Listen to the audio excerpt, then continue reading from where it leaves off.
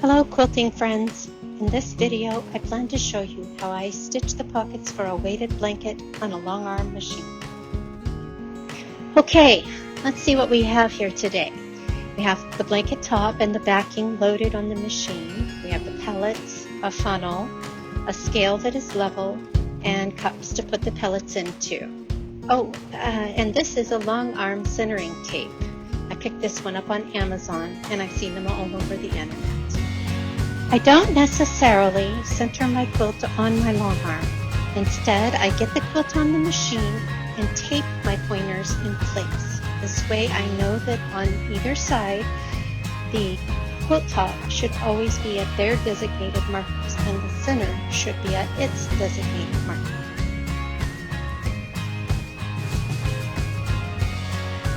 This quilt top measures 54.5 inches by 63.5 inches and is on a 12 by 14 layout. 12 5-inch pre-cut pieces pieced widthwise and 14 total rows. Since this is pieced, I don't need to mark pockets. I found that 4.5-inch pockets are ideal for the overall weight distribution of a weighted blanket. This weighted blanket will be 15 pounds total. I have weighed the backing and the top and know that they weigh 2.581 pounds. I subtract that from the 15 pounds and we need to add 12 pounds to the blanket with poly pellets to achieve the desired overall weight. We know that we have 168 total pockets and divide that into the 12 pounds we need. It will give us a 0.0739 pounds.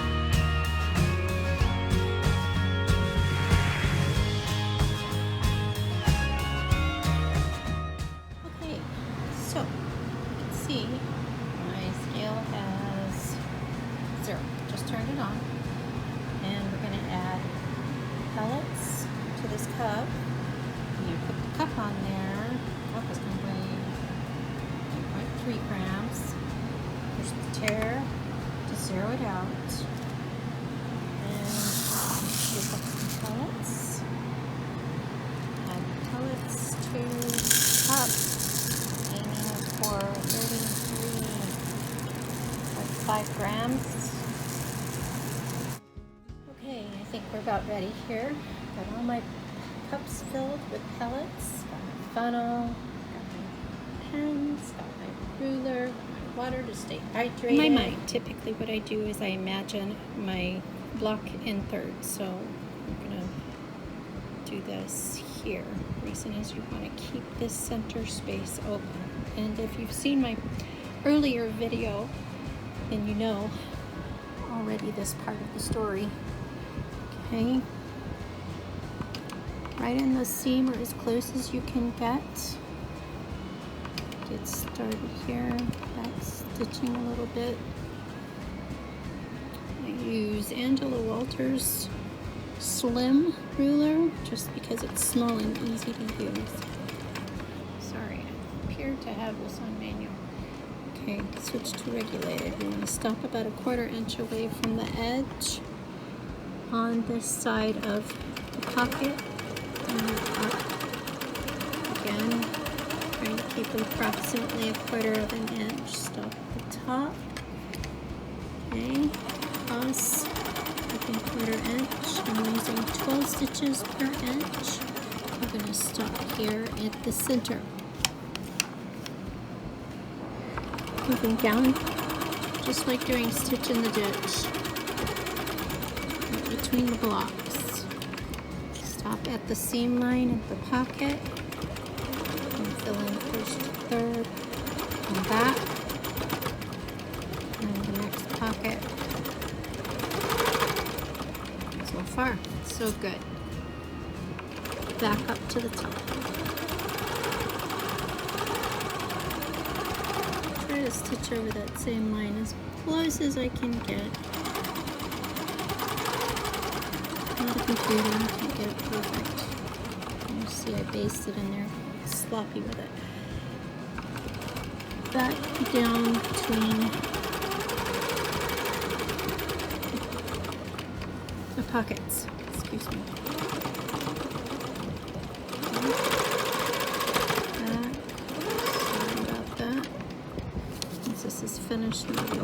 notice that at all.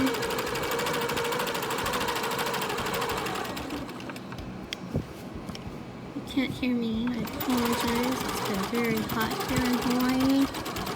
And it seems like I have to run the AC constantly. It never seems to turn on.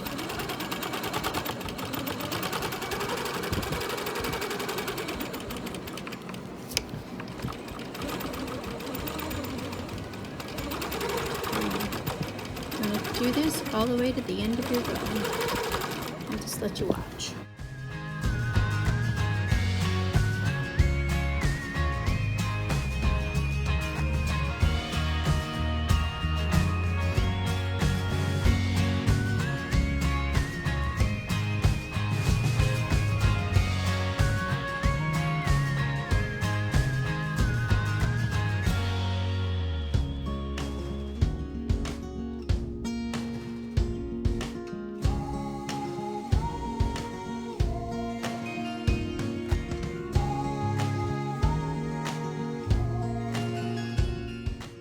As you can see, I am using a minky backing. I have no batting.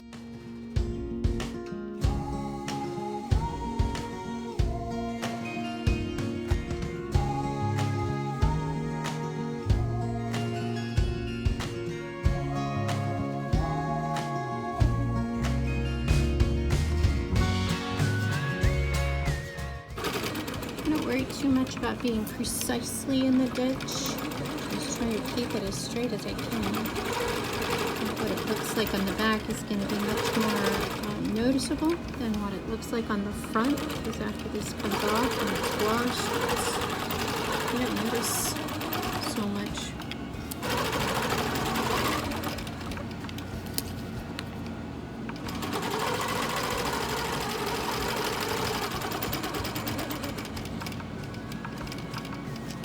Okay, we're at the end. I'm going to make sure my seam here is going the right direction, which looks like it was a little puckered, and also looks like I forgot to put the clamps on this side. I'll just hold it in place with my hand for now. Okay, stitch over to the third, and that's it. I'm going to give it a couple extra stitches. Sorry about that. And snip my threads. Okay, so I ended up cutting off my threads, moved the machine out of the way, as you can see. Took out all the ends for that row, and I'm going to loosen the tension for the take-up bar. Drop it down just a little. Doesn't have to go much. Okay, I'm going to throw this quilt top, get it out of the way. So, not hard. Okay. Funnel. Fit that funnel right into that first pocket. And straight down into there. Give it a little bit of shake.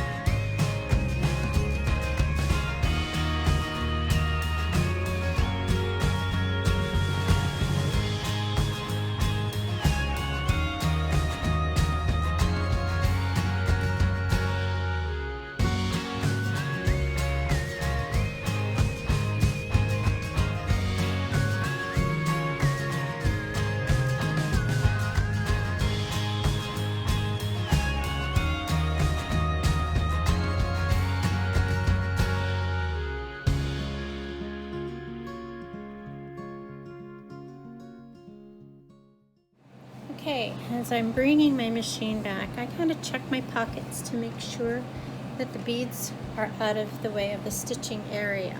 Now I'm going to check to see that my edge is in line with this marker. And I'm going to put a pin in it. Okay, I'm going to do the same thing over here in the center. Make sure that my center line is in the center without distorting the quilt. Pin it on both sides. And this end also. Again, I just kind of check this, and I'm going to check this periodically as I'm moving along. You don't want this to become a problem. Okay. I'm not typically a big pinner, but with this, I do a lot of pinning. Okay, I'm going to add my clamp.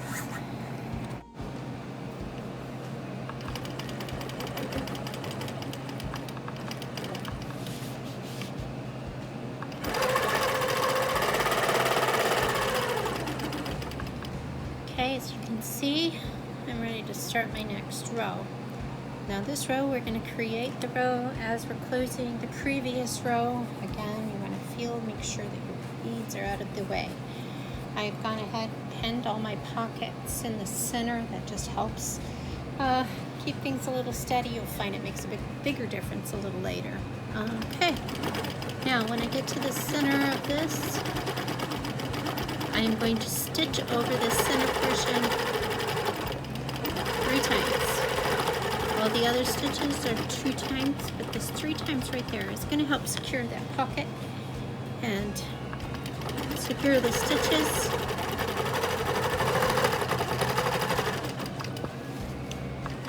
Same process as before.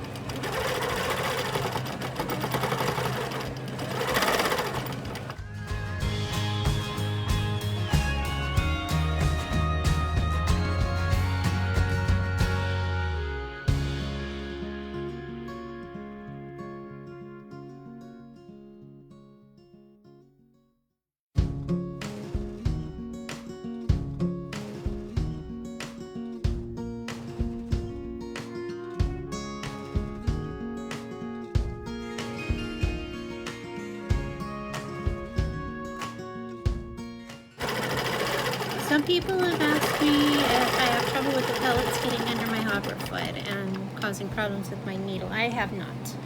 I have never once. Oh, actually, I take that back. I have one time a pellet got under there, but there's enough of a drag that if you're paying attention, which you should be, obviously, that you're going to notice. You're going to feel it in your machine, the way it's moving. And just stop and fix it. So it's going to happen. I think the hardest part that we're going to have was as we progress to the farther end of the quilt. You're going to have more build up at the back of the machine. You take a roller, it's going to cause where the weight is in the quilt, it's going to cause some bulk, and that's going to cause your machine to start dragging a little bit. It's not enough, at least not that I've noticed, to really be a problem. I don't know that I would do more than I probably wouldn't do more than 20 pounds. It does get a little thick.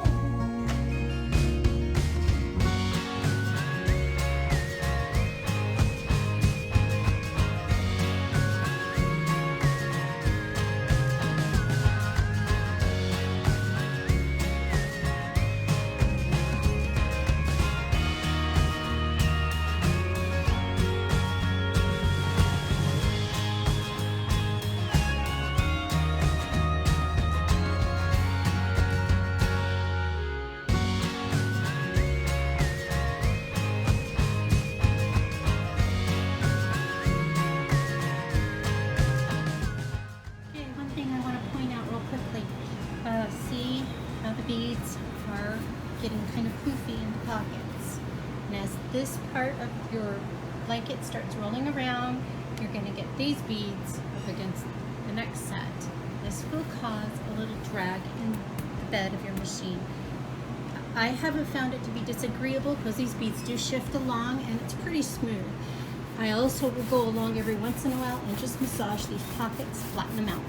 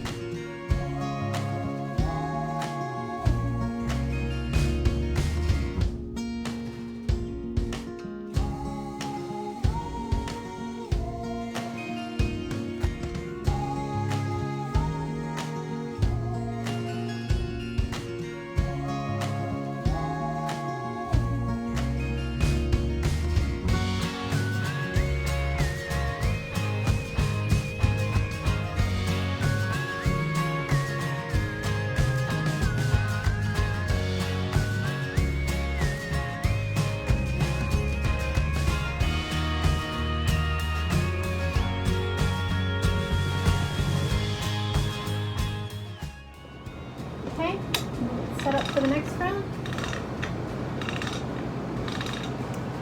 Advance a little bit.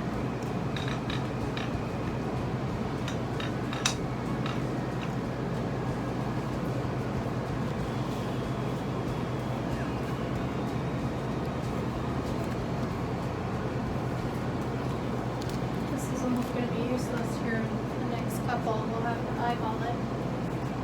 This might be the last time we're going to use this, and we will have to advance one more time in order to get that last pocket finished.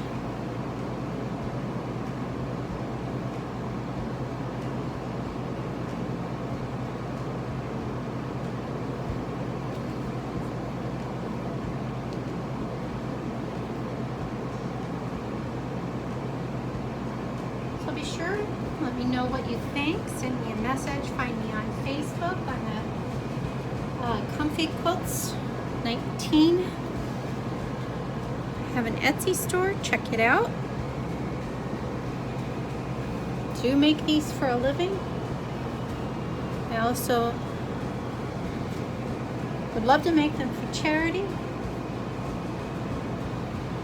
Like I said before, our son is autistic and on the spectrum, that is, and has ADHD, so I know what it's like, our grandson, to have somebody who needs something like this. And hey, I've been known to throw it over my legs because I've got restless leg syndrome. It makes a big difference in how I feel and how well I can relax. So you know somebody who has a problem like that or has the need to be comforted. It is a gift. You don't have a need yourself. And there we go. Last 2 rows. Just smooth this out. Still got pretty good room right now, considering the weight of the blanket. See how these are flattening out? Look at that. How bad of it really does not cause you much more trouble than probably what you'd have if you were using wool batting. Not bad.